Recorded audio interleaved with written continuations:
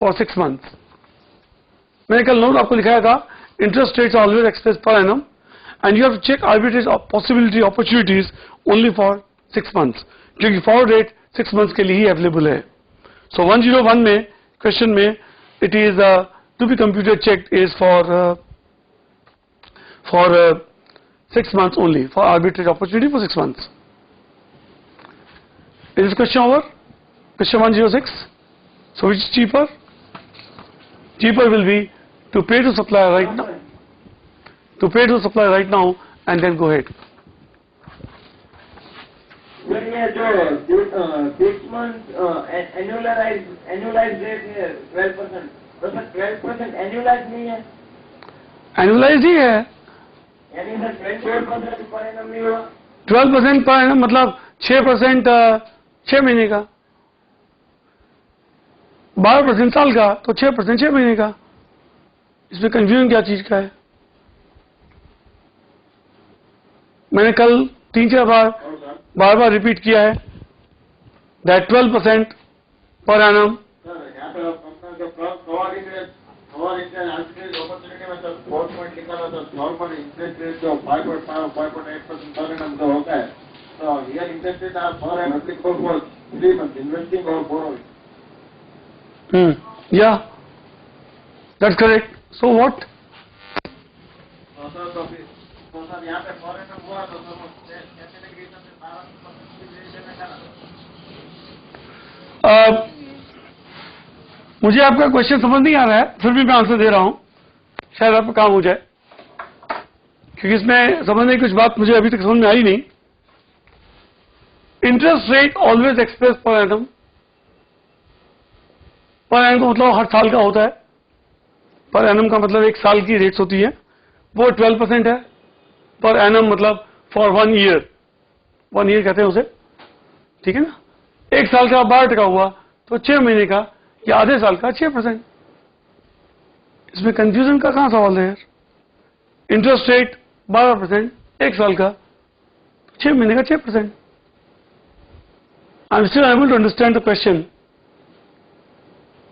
Interest rate हमेशा per annum लिखा होता है. अगर आप 6 महीने के लिए उधार लोगे तो 6 महीने का ब्याज लगेगा. इसमें कोई टेक्निकल या क्रिटिकल पॉइंट तो मुझे समझ नहीं आ रहा है. एनुअलाइज मतलब पर एनम 12% एक साल का है 6 महीने का 6% या 12% पर एनम गिन के 6 महीने का ब्याज निकाल लो.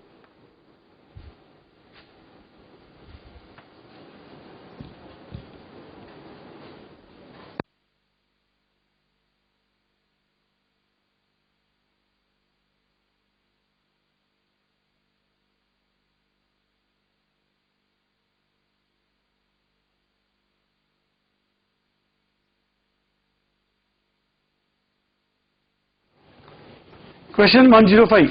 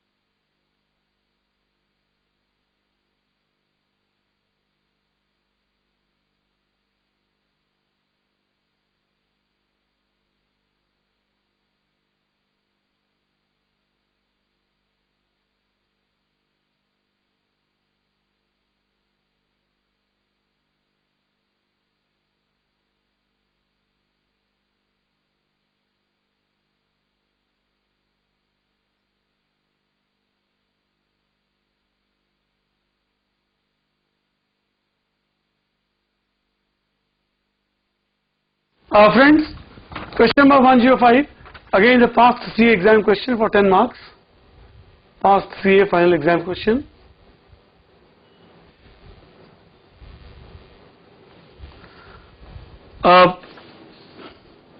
यहाँ पे पहले एक चक्कर है जो कि सम के लिए ही चक्कर है and that चक्कर is you have to be very clear about it.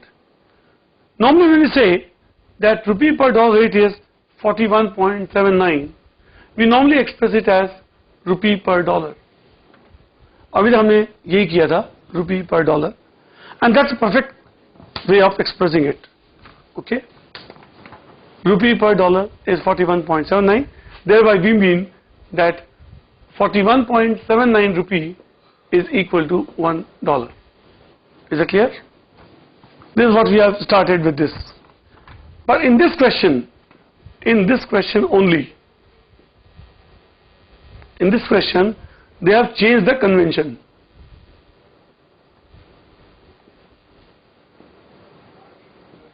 Changed convention. And change convention is, they have written USD per INR, they have written as 41.79. It has to be interpreted this way, that it is 41.79 INR is only equal to $1.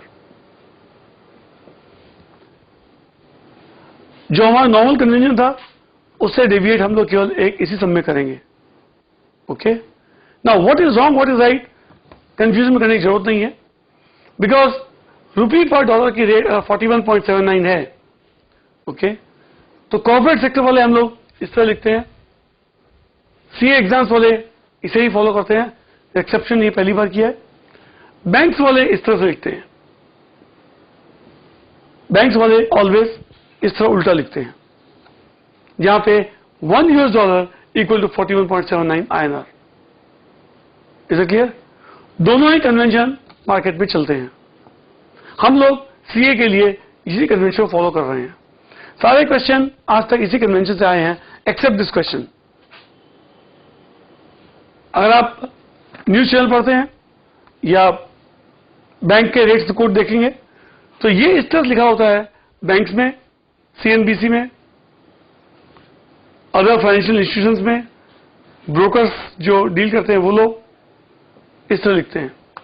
हम लोग जो follow कर रहे हैं वो method CA वाले follow करते हैं, कॉर्पोरेट्स फॉलो करते हैं, सीए, सीएस, आईसीडब्ल्यू सब फॉलो करते हैं. Okay, now sometimes always a question arises कि हमें कैसे पता लगेगा कि कौन सा कन्वेंशन फॉलो किया गया है. नाउ इसका आंसर केवल रेट का अमाउंट देखकर अंदाजा लगाना होगा. अगर आप इस समय ऐसा इंटरप्रेट कर लें कि $1 का $41 लिखा है तो हम क्या करेंगे, तो आपके मार्क्स 0 हो जाएंगे.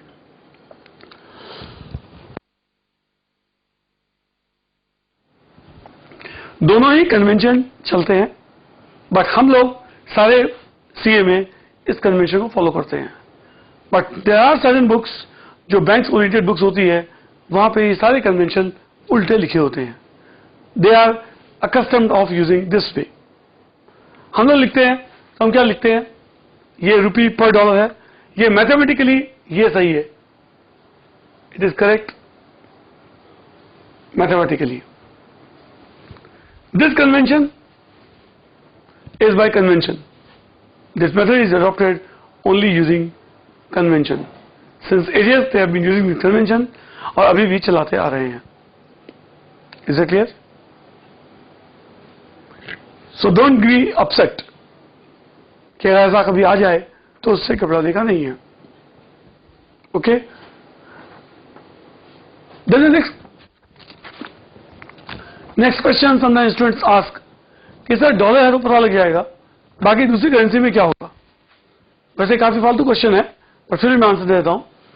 आपको जब फाइनेंस में डील कर रहे हैं तो अपने को कुछ तो आइडिया होनी चाहिए कि डॉलर 40-50 के बीच में होता है, पाउंड 1 पाउंड 70-80 के बीच में होता है, यूरो 50-60 के आसपास होता है ना. उल्टा तो नहीं हो सकता कि $1 का 60 यूरो हो जाए और सब में दिया है ऐसा मान लें, तो वो आपकी गलतफहमी है.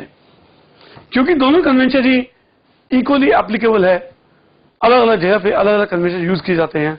हम लोग भले इस कन्वेंशन को फॉलो कर रहे हैं, पर ये कन्वेंशन गलत नहीं है. This convention is also followed in all banks including RBI. अगर आप सीएनबीसी चैनल देखेंगे ये मिलेगा, पर बीबीसी चैनल देखेंगे तो ये कन्वेंशन मिलेगा. Okay, so no one is right or wrong, but mathematically yes, this is correct what we are following. This is over a period of time ये एक हैबिट हो गई लोगों की बैंक्स को फॉलो करने की कि यूएस डॉलर को हम पहले एक बेस करेंसी मान लेते थे कि भाई सबसे इंपॉर्टेंट करेंसी है, and then $1 express in rupee, and इस तरह से लिखा जाता था. Okay, next. बट एक one thing is very clear कि अगर एक पर्टिकुलर कन्वेंशन एक सम में फॉलो किया है तो पूरे सम में फिर वही कन्वेंशन फॉलो करेंगे. That thing has to be very very clear. So ये कन्वेंशन का मतलब भी हमें यही समझना होगा.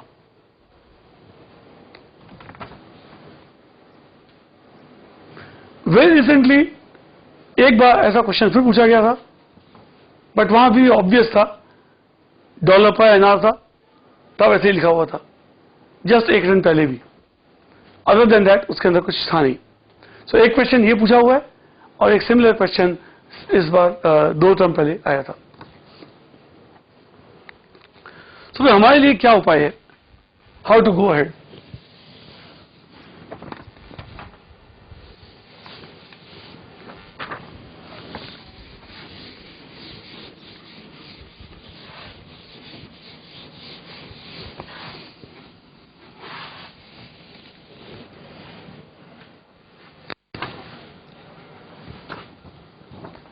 We can say like this कि अगर रेट्स हमने